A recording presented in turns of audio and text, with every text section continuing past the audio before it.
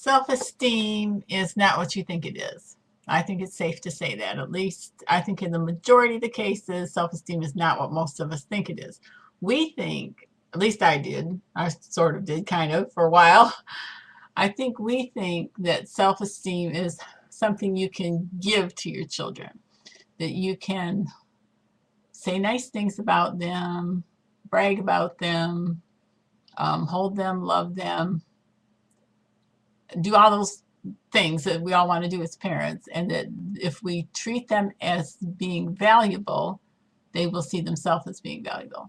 To a degree, I have to agree with that. To a degree, I'd have to agree that you treat your children with kindness, love, respect, dignity, um, treat them with value as if they have value, give them your time, your energy, let them know, tell them verbally how important they are to you, and so on and so forth.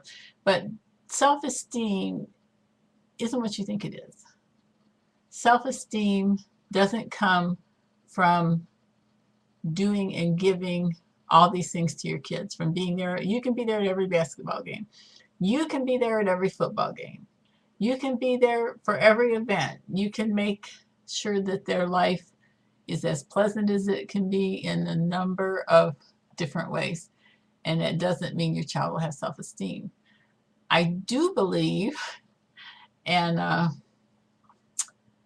have seen somewhat of this, somewhat evidence, I'm going to get all tongue twisted because I'm trying to think through this thing here. I really do believe, and I do believe I've seen evidence that self-esteem is something that they earn when they work hard and when they give and when they serve, when they've done a good job. Then they know that they've earned their own respect. So in addition to having your respect, because you treat them with kindness and dignity and love and patience and forbearance, so in addition to having your respect, I'm sorry, my face is shining like this. It's just, I don't even want to talk about light issues here right now, but I hope you can get beyond the one side of my face. It's all white here. But so in addition to you treating your children in a respectful manner and them feeling respected, then they can earn self-respect and self-esteem. And they can earn that by being kind and gracious to other people, by being patient and having all those lovely qualities. And then above and beyond that, they can do things that will help them excel in school, help them excel in extracurricular activities, and they can serve other people besides themselves. And teenagers don't generally like to do those things, so you may not be really successful at getting them to do much of it. But whatever degree, and I'm not saying that you should, take your kid from place to place to place and make them do things for other people. I'm not saying that at all, but I'm saying that in addition to having self-respect or having dignity and respect, and you treating them in, I'm not going to find the words, you treating them in a loving, kind, respectful manner, then the next step is, once they have that environment to begin with, then the next step is for them to excel on their own.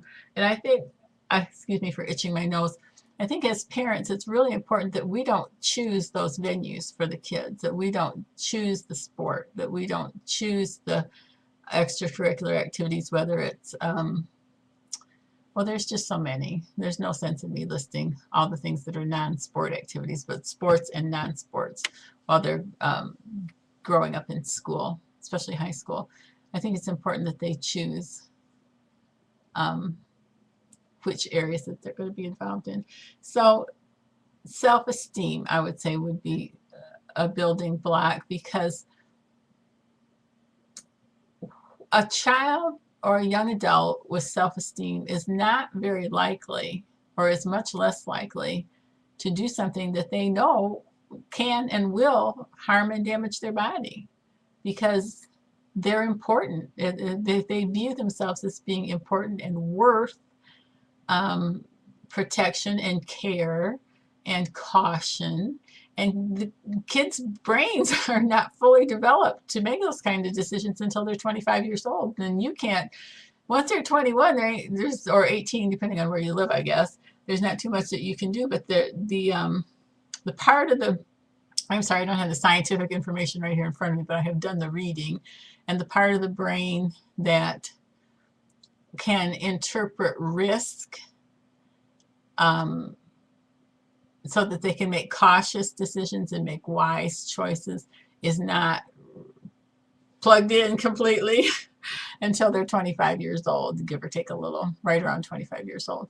And so you do need to take a little extra step. You do need to be a little bit more involved and put them in not put them in the driver's seat with every single decision in their life, things that are risky. We'll talk about risky things later, but drugs are risky and they know it. They're not stupid. They know that it's damaging. They know that it can take them down. No matter how invincible they feel, they know it can take them down the wrong pathway. So if you value your child, your offspring, your kids, whatever you want to call them, rugrats, crumb crunchers, if you value them and show them that they're valued, and then they excel in academics, social situations, extracurricular, non-academics, music, um,